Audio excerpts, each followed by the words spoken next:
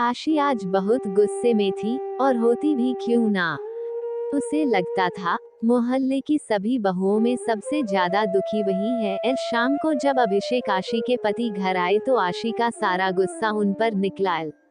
आशी ने कहा, सारे घर का काम मुझे ही करना पड़ता है। अब सामने वाले पड़ोसी शर्मा अंकल की बहू को देखो, वह तो कभी नहीं निकलती बाहर, उसे तो कभी भी बाहर जाते हुए भी नहीं देखा है। और एक मैं जो दिन भर घर के कामों से स्कूटी लेकर बाजारों में घूमती रहती हूँ।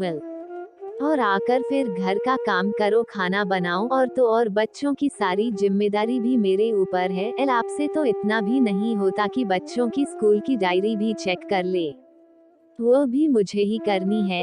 आशी गुस्से में सारी बातें अभिषेक को बोले जा रही थी। और अभिषेक चुपचाप खड़े हुए चेहरे पर थोड़ी सी मुस्कान लिए उसे हाव भाव दे रहे थे। अभिषेक के मजाक के हाव भाव देखकर आशी और ज्यादा नाराज हो गई और चिल्लाते हुए बोली, सही है, आपका यहाँ मैं जल रही हूँ और आप मेरे मजे लेकर हंस रहे हो। तब अभिषेक ने हंसते हुए कहा, यार आशी, अब तुम्हारी इन बेकार की बातों पर हंसी नहीं तो क्या सीरियस हूँ।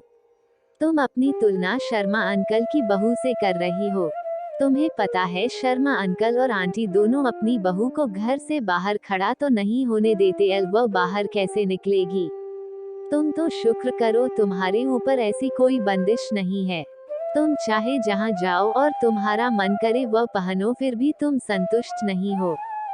तब आशी ने कहा, ये कोई आजादी है मेरी। सारे दिन लगे रहो बाजारों में। मैं भी चाहती हूँ कि कभी कभी मुझे किसी चीज के लिए बाजार जाने का मन ना करे तो वह चीज तुम मुझे लाकर घर पर दे दो। पर तुमसे तो उम्मीद करना ही बेकार है। तभी तो मेरा एक पैर घर में होता है और एक पैर बाजार में। तब अभिषेक ने कैसे जैसे आशी को मनाया और फिर रात का खाना खाकर सब सो गए। अगले दिन आशी किसी काम से बाजार के लिए निकली ही थी, तभी उसे आवाज आई, दीदी इधर देखो। आशी आवाज सुनकर भी अपना वहम समझकर आगे बढ़ने लगी। फिर दोबारा उसे वही आवाज आई। तब उसने देखा शर्मा अंकल की बहू अपने कमरे की खिड़की से उसे आवाज दे रही थी। जब आशी ने उसकी तरफ देखा तो उसने इशारा करते हुए अपने पास बुलाया और कहा, भाभी क्या आप मुझे लाल रंग की नेल पॉलिश ला दोगे। मैंने अपने पति से कहा था पर उनके पास समय की कमी होने की वजह से उन्होंने मुझे टाल दिया था। कहाँ, कभी और बाद में ला दूंगा। तब आशी ने कहा, अरे तो ऐसा करो, तुम चलो ना मेरे साथ। तुम बाजार भी घूम आओगी और तुम्हें जो भी सामान चाहिए वह ले लेना और साथ में अपन दोनों गोलगप्पे भी खाएंगे। इतना सुनते ही शर्मा अंकल की बहू की आंखों में आंसू आ गए और बोली, दीदी मेरी किस्मत आपकी जैसी नहीं है। मैं अपनी पसंद से कुछ भी नहीं खरीद सकती हूँ। जो भी कुछ घर वाले अपनी पसंद से लाकर देते हैं वही पहन लेती हूँ। मैं बहू हूँ ना, तो ये लोग मुझे कहते हैं, बहू तुम चार दीवारी में ही रहो।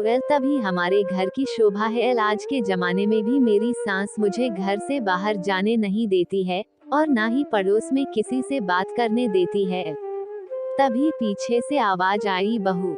और वह अपनी अधूरी बातों को बिना पूरा करे ही अंदर चली गई। और उसके अंदर जाने के बाद आशी यह सोचने पर मजबूर हो गई कि किस्मत किसकी खराब निकली, मेरी कि मुझे अपने घर और बाहर दोनों का काम संभालना पड़ता है, या शर्मा अंकल की बहू की जो अपने घर के बाहर भी खड़ी भी नहीं हो सकती है। आशी सोचने लगी कि मैं तो हमेशा यही सोचती थी कि शर्मा अंकल की बहू के तो ऐश है जो उसे घर पर बैठे बिठाए हर सामान मिल जाता है। पर आज वह अपनी किस्मत को सराह रही थी, क्योंकि चाहे काम के बहाने ही सही वह घर से बाहर निकल तो सकती है, जिससे चाहे उससे बात कर सकती है, अपनी पसंद का कुछ भी खरीद सकती है। अगर मुझे ऐसे चारदीवारी में कैद कर दिया जाता तो आज वह भी ऐसे ही तड़पती जैसे शर्मा अंकल की बहू आज झटपटा रही है। आज आशी को समझ आ गया था कि जैसा हमें दूर से दिखाई देता है सच्चाई में अक्सर ऐसा होता नहीं है। इसलिए दोस्तों, हमें जो भी मिला है हमें उसमें संतुष्ट रहना चाहिए, क्योंकि भगवान ने हमें हमारे हिसाब से सबसे बेहतर दिया है। आपको मेरी हिंदी कहानी कैसी लगी जरूर बताइएगा।